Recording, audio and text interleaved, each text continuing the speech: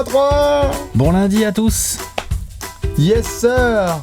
Le meilleur jour de la semaine. Tout à fait, on démarre bien fort avec un plan à dry, à 3, à 3, etc. À 3. Bonjour à toutes et à tous, donc bien démarrer la semaine, c'est évidemment avec un plan à 3, vous savez à quoi ça ressemble, notamment ma team Throne Gang, tous les gens qui mangent. Comment ça va ? Ouais, la team salade verte. Tout à fait. La team camembert salami. Tout à fait. Parce que je crois qu'il y a une team camembert salami. Ouais, et une team riz vinaigre. La team quinoa, hein, bien sûr. Nos petits gars qui font attention à leur ligne, nos petits gars et nos petites filles qui font attention à leur ligne. Pas souvent de pensée pour les gens qui bouffent japonais, hein. Menu Faites C4, gaffe, hein. Menu C4 avec la bière. Il reste plus que quelques semaines pour être belle en maillot. Oui. Hein, attention. Quinoa pour tout le monde. Tout à fait. Pamplemousse. Léon s'y prend des C4 chez les japonais. C4, Shirashi. Léon, c'est team quinoa pamplemousse. Team ça, quinoa pamplemousse, tout à fait. Et donc évidemment, on va pouvoir se faire plaisir tout de suite avec un plan à 3. Vous connaissez le classique, on rappellera les règles pour chacun. Oh putain, il y en a qui frétillent dans tous les sens là. D'habitude, on fait des joueurs un peu all-time qui sont à la retraite. Ouais, mais ils sont pas de la même draft. Mais ils sont pas au même poste. Alex, t'es un hater. Ouais, c'est clair. Alex, t'es un hater. Bon, si, ils peuvent être au même poste, hein, parce que, excuse-moi, Jason Tatum, il peut jouer 2, et Ben Simmons, il peut jouer le poste que tu veux. Ouais, Donovan Mitchell, il peut jouer 3. Ouais. Arrête. Mais je vois ce que tu veux dire. Ce sont des joueurs sur les ailes, les postes extérieurs. Et oui, on a pris des joueurs actuels, parce que c'est bien aussi de se friter un petit peu. On avait fait par le passé, notamment avec du petit Harden, Westbrook, Durant, savoir qui mettre titulaire, qui mettre sur le banc et qui couper. Ça, c'était fort sympathique et très pilosité. On rappelle le concept du plan A3. Il est simple, Alex. On a 3 joueurs, on en prend un. Qu'est-ce qu'on fait ? On le met en titulaire. On en prend un autre, on le met en remplaçant. Et l'autre ? On le dégage, on le cut, on le balaye, on ce que vous voulez. Pôle emploi. On le déboîte, tout ça, quoi. Team expert, exactement. Donc du coup, nous sommes avec 3 joueurs extrêmement talentueux, surdoués. Jason Tatum, Donovan Mitchell et Ben Simmons. Attention, spoiler, regardez tous cette vidéo en 2023. Ouais, c'est ça. Genre, quand il y en aura un des 3 qui aura jamais été All-Star et que les 2 autres l'auront été pour la 4e fois d'affilée ou un truc comme ça, tu sais. Et qu'en fait, ça sera celui qu'on aura coupé. Qui sera là, déjà. Il y aura un MVP des finales qu'on aura coupé. Ouais, il y en a un qui a déjà changé 2 fois d'équipe, donc une fois dans un transfert et l'autre fois en free agency. Je vois pas du tout de qui on pourra parler. Je te dis. Voilà. Mais donc non, on va pouvoir s'en occuper. Comme d'habitude, vous connaissez le menu. On va présenter les 3 joueurs. Parce que les carrières donc ne sont pas très longues. On est tous sophomores. Hormis Punchline sur Ben Simmons, on est quand même sur des joueurs de 2e année. Et considéré comme 2e année. Ça fait 4 ans qu'il est en NBA, voilà, c'est comme ça arrive. On va commencer par monsieur Jason Tatum. Je vais prendre mes petites notes. Oh là là, Jason Tatum. Oh là là là là, formé du côté de Duke. Oui. Si je ne dis pas de bêtises. Numéro 3 de la draft 2017. Oui, avec Coach K en entraîneur à Duke. Ailier. Tout à fait. Poste 3. 2m03, 95 kilos, il est pas gros, hein. Non. Il est plutôt maigrelet, entre guillemets, hein. Musclé, mais pas gros, pas costaud, on va dire. Bon athlète, mais pas uber athlète. Non, pas uber athlète, bon athlète, hein. Assez aérien, relativement rapide, mais pas très puissant, on va dire. Ouais. Sa saison rookie, mine de rien, hein, il y a 14 points, il y a 5 rebonds, il y a des bons pourcentages au tir, par exemple, hein, 47% de loin, 43% à 3 points. Tout à fait. Et il y a surtout des playoffs assez impressionnants. Faut le dire, faut le reconnaître. Tout à fait. En fait, j'allais remettre Je suis allé trop vite. Non, t'inquiète, c'était très bien, c'était juste remettre le... Parce que pour Jason Tatum, il y a quand même un événement qui est incroyable en son début de carrière, c'est la blessure de Gordon Hayward. C'est ça notamment qui lui permet de faire cette saison rookie excellente. Je pense pas qu'il aurait eu, je sais pas ce que tu en penses. Il aurait peut-être pas eu les minutes pour. Ouais. Encore moins en playoff avec pas de Kyrie. Pas de Kyrie en plus de pas de Hayward. Gros alignement des astres pour Jason Tatum. Oui, alignement des astres. Il y a aussi le fait que Boston a tradé pour gratter un pick aux Sixers et parce Prenez Markel Fultz, ça, on est bien en 3. Voilà, c'est ça, exactement, pour prendre Tatum en 3. Donc là, j'étais en train de parler stats, mais avant de faire ça, on peut parler de tout simplement de son bagage offensif naturel. C'est-à-dire que les fondamentaux du type, il a quel âge ? Il a 20 ans, Jason Tatum ? Ouais, 21 max. Les fondamentaux du type sont déjà excellents. Excellent. Il peut Footwork, être très rapidement dans les ligues compréhension du jeu, shoot, plutôt bon dribble. Tatouage get buckets. Jason Tatum, tu sais qu'il va mettre des paniers jusqu'à la fin de sa life. Et ça va pas être facile de l'en empêcher. Non. Ça va être compliqué. Enfin, je veux dire, il peut jouer des 2 mains, step back, one leg, En 1 contre 1, il adore. Il peut driver, ouvert, tu laisses pas trop. L'ISO, il aime bien. Finition. Je suis sûr que lui, avec un peu de travail, tu finiras par lui filer la balle au poste et il y aura un petit fadeaway. Il l'a déjà. Il l'a déjà, mais tu vois, genre avec régularité. Il fait des one leg, là déjà. Genre en go to move un peu, quoi. Tu vois. Ouais, c'est chaud. Donc non. Bagage offensif assez incroyable. Pour le scoring. Et du coup, sa saison rookie, ouais, pour le scoring, hein, ça c'est clair que. On va venir après sur les œillères. Ah, il y a des belles œillères. Mais des belles œillères au niveau altruiste, parce que je trouve qu'il défend pas si mal. Oui, tout à fait. Ça sera peut-être jamais un défenseur élite, mais c'est pas si mal. C'est bien dans les fondamentaux. On est d'accord. Ça, le fait d'être à Boston l'aide bien. Quand tu le vois, Jason Tatum, pour la première fois, et c'est ce que les gens pensaient avant qu'il y ait la draft, tu le voyais à Duke, quand tu le vois arriver, il pue le basketteur. C'est-à-dire que dans la forme du corps, les épaules, l'attitude, tout, tu sais que le mec va faire une bonne carrière. Il a tout ce qu'il faut, même dans sa façon de s'exprimer, pour être très bon, et son éthique de travail aussi est très bonne, puisque c'est le premier à dire, premier été, t'allais le dire, les playoffs sont fous, le premier printemps, on le voit, c'est sa les progression playoffs l'année dernière, il a tourné à plus de 18 points par match. Hein. Quand même, en rookie, les copains. À 47% au tir. Et ça va Thomas sur LeBron. Hein. Non, il a été très sérieux.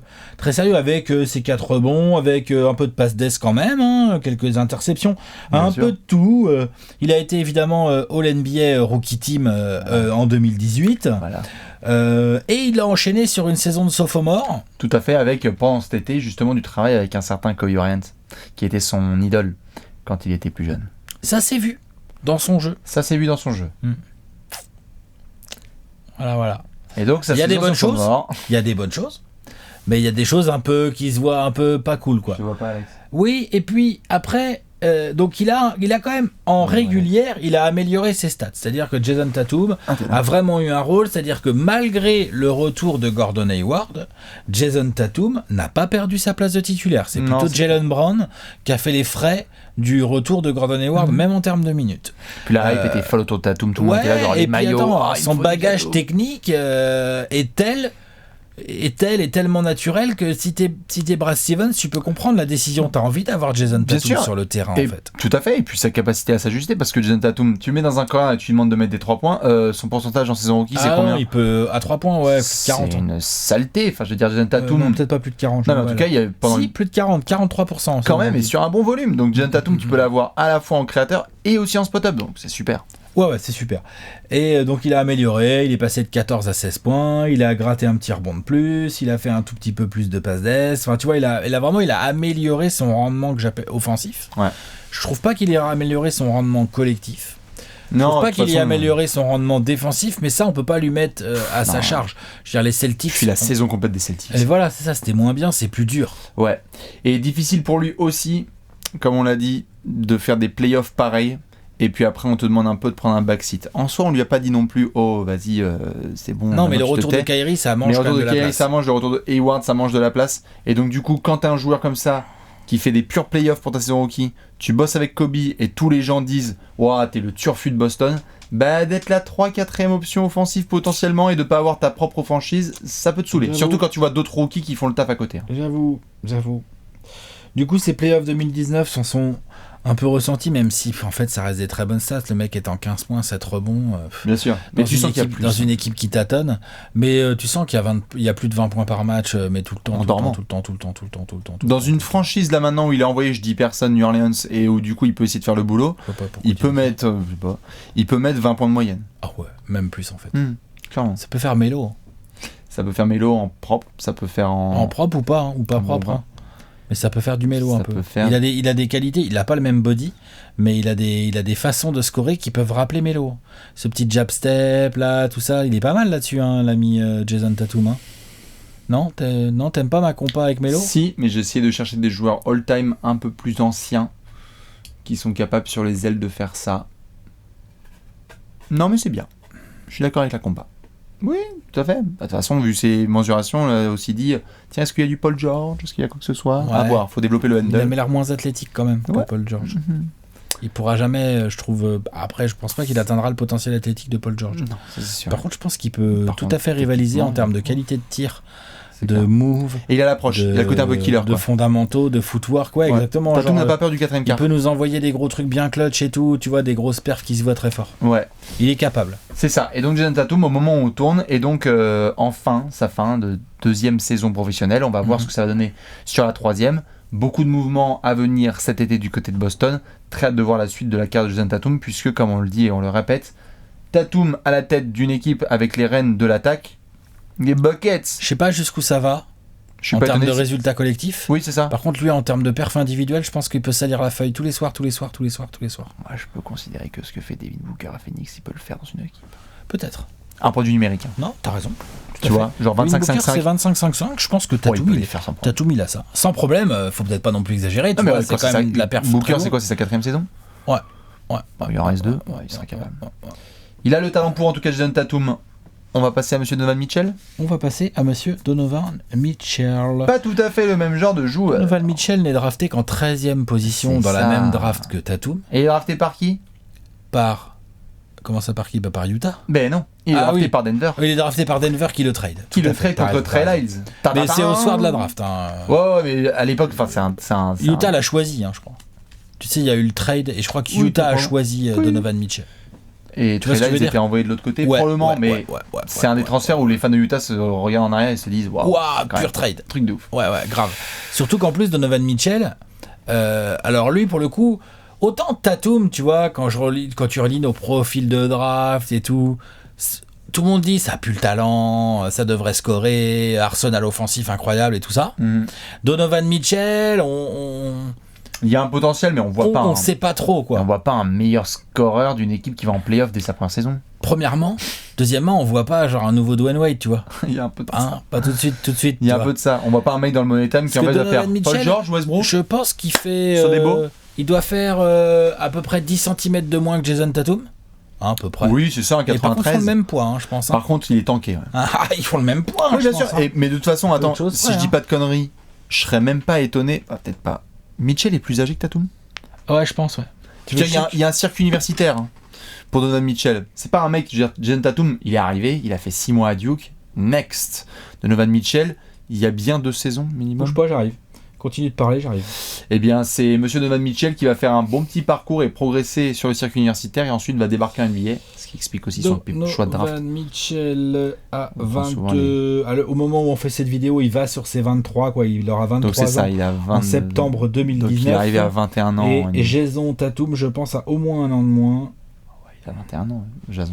Jason Tatum, il a 21 ans. C'est ça. Ils ont un an et demi d'écart. Et donc, Donovan Mitchell qu'on va voir débarquer à Utah, c'est important hein, pour ceux qui s'en souviennent, à l'époque, les Celtics viennent de perdre Gordon Hayward, tu te dis, fuck, qu'est-ce qu'on va faire? Et à l'époque, vraiment, c'était qu'il y a 2 ans, Ouais. le nouveau meilleur scoreur de Utah, annoncé hein, pendant l'été qu'entraînement, c'était Rodney Hood, Rodney Hood. qui était titulaire indiscutable. Que Quinn Snyder va pas traîner du tout à foutre sur le banc. Et il va faire merde. En fait, le petit Donovan Mitchell en sortie de banc, il est un peu atomique. Ouais. Il a pas peur. Première saison de Donovan Mitchell, Oh là là. 20 points par match, 3,5 passes, 3,5 rebonds, un peu d'interception, 44% au tir, donc c'est tout à fait correct. Et surtout, il va enchaîner l'autre sur des playoffs où au premier tour de playoffs, il va manger le Thunder. Alors oui, Et tout il à fait. va manger. il va manger. Juste avant ça, le Thunder, il arrive quand même au premier tour de playoff. Il y a un dunk contest qui remporte quand En même. plus, dunk contest qui remporte. En plus, genre, on a notre troisième client qui, soi-disant, devait être seul au monde pour être rookie de l'année. Bah, en fait, qui c'est qui lui tient la dragée haute? Exactement, c'est ça. C'est tout à fait, Donovan. pour aller jusqu'au Thunder, la deuxième partie de saison du Jazz, elle est folle. Il y a 20 matchs loupés par Rudy Gobert. C'est Mitchell qui est complètement clutch, qui fait des matchs à 30 voire 40 points à domicile. Imprévisible, ultra athlétique, des On commence, des on est là. posters. On est là, on fait putain, mais c'est D-Wade avec un shoot, tu sais. Ah, On est c'est là. violent. Genre, c'est D-Wade avec un shoot comme il rêverait en avoir, tu vois. Genre, on est dans ce en genre de feu. discours. On est là, ouais. Bon, faut se calmer, calmer. mais il y a un peu de ça en termes ça. de mensuration, ils se ressemblent. En termes de style de jeu, bah, quelque part, tu peux trouver des points Des de comparaison. appuis de folie. C'est vrai que les appuis de Mitchell font penser à ceux de Wade. Money time. C'est vrai que les qualités athlétiques font penser à celles de Wade. Deuxième aide en C'est vrai que judo sa contre. défense fait un peu moins penser à celle de Wade. Elle est pas mauvaise, la défense de Donovan Mitchell, mais Ça va je venir. pense Wade était un peu meilleur. Et par contre, je pense qu'au niveau du shoot, là, par contre, Donovan Mitchell, il a de l'avance sur Dwayne Wade. L'autre, il pull-up de 10 mètres dès sa saison rookie, il fait je m'en bats les couilles en fait, Ouais. vous voulez donner la balle à qui Bonjour. Rubio. Ouais. Lol. Give me the damn ball. Lol. Incroyable, Donc donc oui, ça- comme tu disais, ça mène au Thunder. Ça mène au Thunder. Et il va les salir. Il va Ah les là. salir et sans peur. Hein. Sans peur, il va leur rentrer dedans. Hein. George, Paul George, rien à foutre. playoff piece. Ouais. Il se le met dans la poche arrière, il fait écoute, bro, les playoffs avec le Thunder, sache-le, c'est assez court. Ouais. Et il va faire un finish de série à domicile qui est complètement dingue, puisque même si Westbrook tente 57 shoots, Donovan Mitchell dit non, les gars, c'est moi qui vais finir le taf à domicile. Pour un rookie, c'est vraiment très très fort. Au final, même s'ils seront sortir 4-1 par les Rockets juste derrière en demi-finale de conf, Oui. on a un rookie qui nous fait quasiment du 25-6-4 en playoff, en allant jusqu'en demi de conf. En jouant les Rockets, hein, avec beaucoup de blessures, mais en jouant les Rockets. Hein. C'est lourd. Ah, c'est dingue. Du coup, on l'attendait vachement sur la saison suivante, qu'il a mis un peu plus de temps à démarrer. Clairement, le démarrage a été poussif, il était plus attendu, il a été blessé un petit peu, cheville et tout. Les attentes aussi sont Et énormes. beaucoup plus attendu, et une petite blessure, donc ça fait beaucoup. Tout à fait, on en parle, comme tu disais, de Dwayne Wade, donc côté là Voilà. dehors. Allez, Donovan Alors, Mitchell, vas-y. on vous attend sur le podium T'es de pas l'Ouest, le MVP des Jazz. finales, alors qu'est-ce que tu fous 25, 5. Tu fous quoi? Bah tu rigoles, mais il est en 24-4-4, hein, mine de rien, Sur sur sa saison. l'ensemble de la saison. Donc ça veut dire qu'il a quand même réussi à bien récupérer son démarrage poussif statistiquement parlant. C'est ça, à partir de janvier, il devient incontrôlable. Ouais. Et c'est vrai qu'il a ce côté, autant Tatum, il y a le footwork, il y a le côté académique, il y a le côté, oui, ça peut prendre feu, hein, Jason Tatum, Mais c'est attention. propre, Mais il y a un côté propre et il y a un côté dans son sommeil. bien sûr. Donovan Mitchell, t'as l'impression qu'il dort pas, qu'il dort jamais. Le mec, il est à Donovan Tchernobyl, Mitchell, c'est hein. une pile électrique. Ouais. C'est une pile électrique. Alors c'est vrai que je pense il peut beaucoup plus facilement te lâcher un 4 sur 18 que Jason Tatum. Ça, c'est sûr. On est d'accord, hein. Tout à fait, bah, Donovan Mitchell, c'est pas tout ou rien, mais il y a beaucoup de soirées où tu Il dis. est oh, plus putain. tricky. Ouais.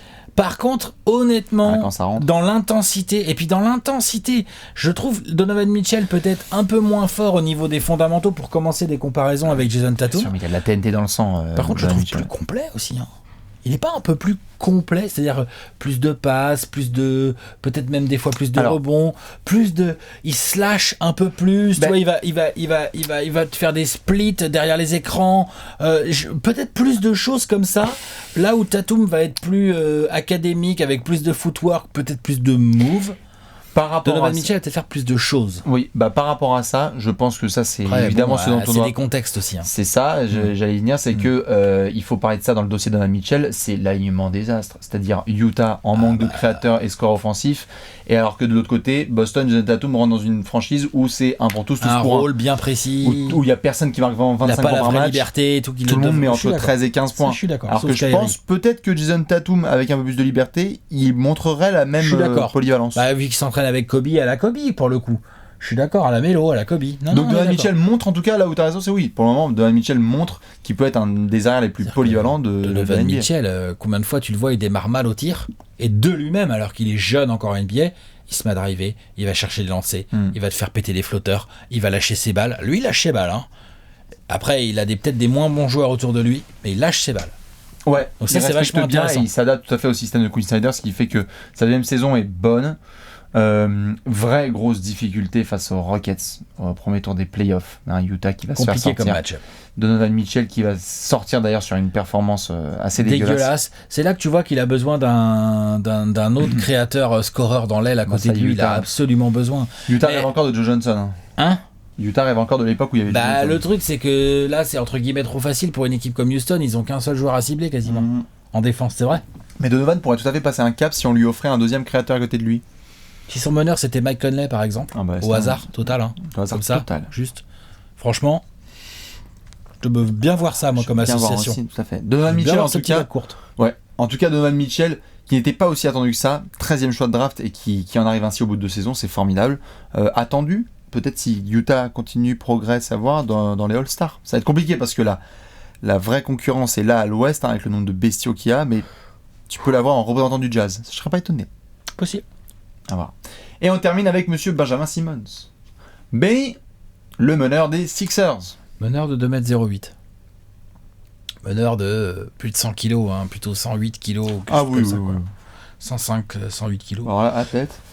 Athlète, bah. Je pense que c'est dur, hein, parce que Donovan Mitchell, il est fort, mais Oh je pense que c'est le non, meilleur c'est athlète Ben des trois. Simmons. Mais bien sûr, c'est Ben Simmons. incroyable. Ne serait-ce que Impossible par déjà ses mensurations de base. Sa vitesse. Déjà, sa vitesse, sa longueur.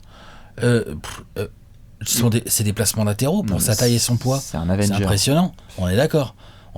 2m08 et c'est une berline. Quand il trace balle en main, c'est tellement beau à avoir joué. Ouais. Et puis vision. Alors après, on peut parler des qualités techniques. Donc vision, compréhension du jeu. C'est légèrement au-dessus de la moyenne. Je crois que j'ai le droit de le dire quand même. En fait, voilà, son problème, c'est son tir. Moi, je sais qu'il y a des défenseurs de la thèse de non, gna, pas besoin de tir. Moi, je pense qu'il a besoin d'un tir. En tout cas, un peu meilleur que ça. On a vu qu'il essayait d'y travailler là. On a vu qu'entre sa première et sa deuxième saison, je vais venir au stat après, mais il a légèrement augmenté son pourcentage de réussite au tir d'une manière générale et au lancer franc, qui est assez significatif, le lancer franc de ta capacité à améliorer ton tir. Maintenant, on parle d'un joueur qui, franchement, je suis prêt à prendre les paris. Je suis sûr qu'il va nous faire péter des saisons en triple-double. Oui, il y en aura déjà une qui va tomber, ça c'est sûr, vu comment il progresse. On est déjà en 17-8-8 sur la saison sophomore. La saison sophomore, on est en 17-9-8. Ouais. Voilà. 9 rebonds, presque 8 passes. Il y a un peu d'interception. Sa saison rookie, on était en 16-8-8. Et il y a une maturité sur le terrain qui est forte parce qu'il y a des moments sur la saison rookie où Joel Embiid n'est pas là et il fait I got this. Genre, laissez-moi la fin de saison. Meilleur défenseur des trois. Meilleur défenseur des trois. C'est de toute façon Ben Simmons. Ça vraiment. peut être un défenseur incroyable. Enfer. Bah, tu peux être un espèce de cross, comme on a dit, entre du Magic Johnson et du Scottie Pippen. Enfin, je sais pas, c'est un peu bizarre, et du LeBron. Un peu, il y a de ça. Il y a de ça tout à fait. En pénétration, épaule baissée, c'est let's go. En fait, c'est pas un meneur. Enfin, je veux dire, il joue poste 1, mais ce n'est pas un meneur.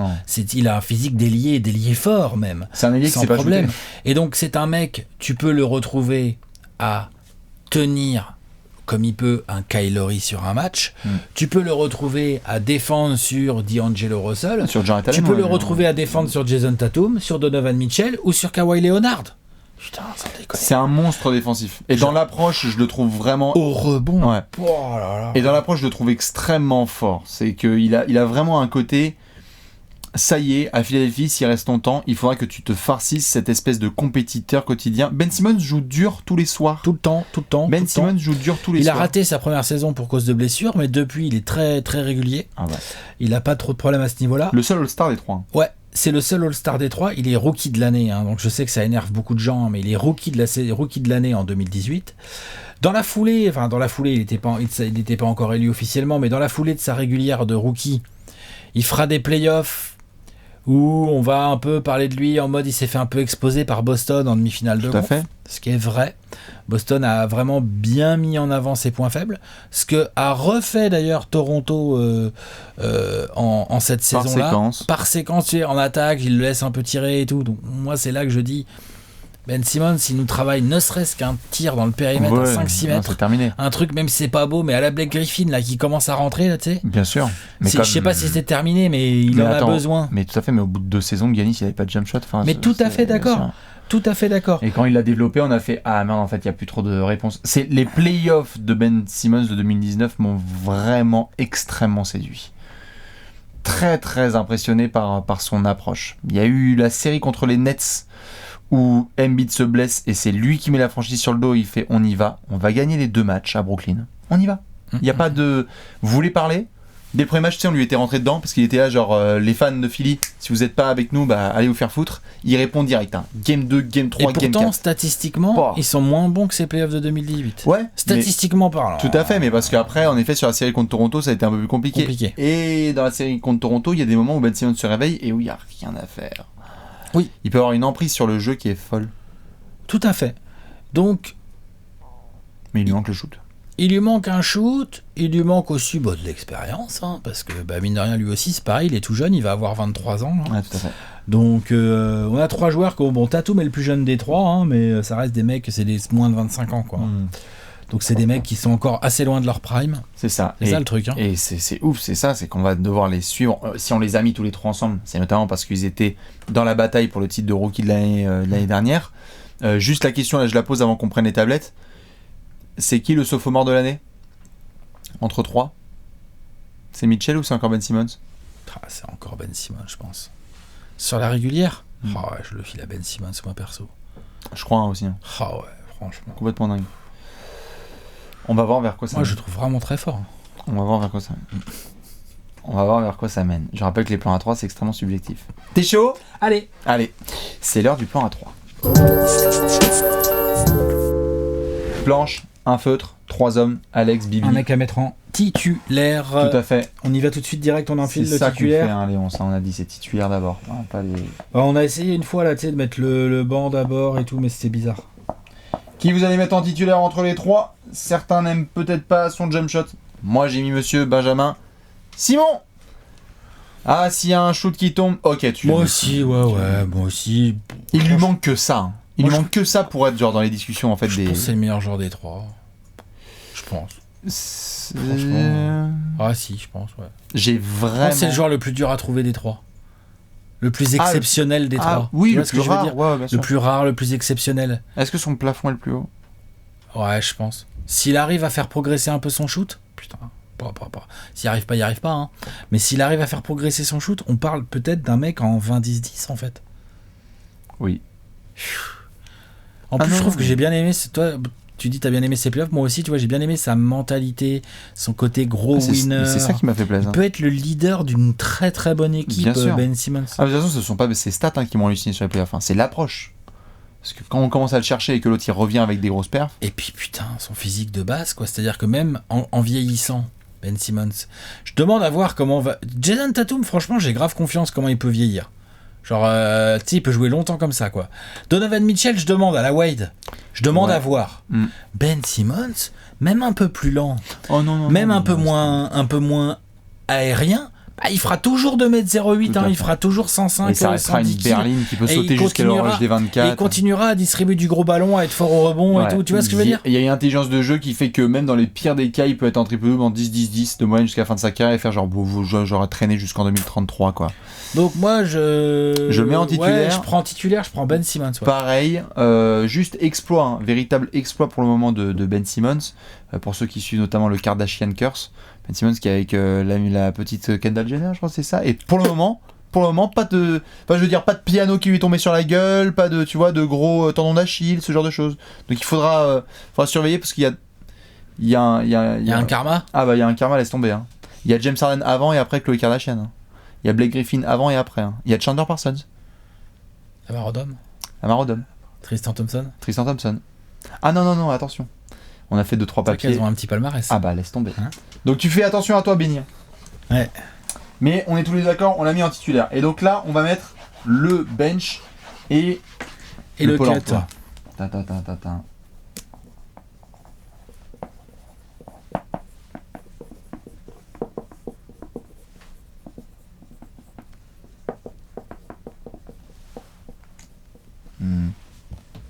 C'est un pari.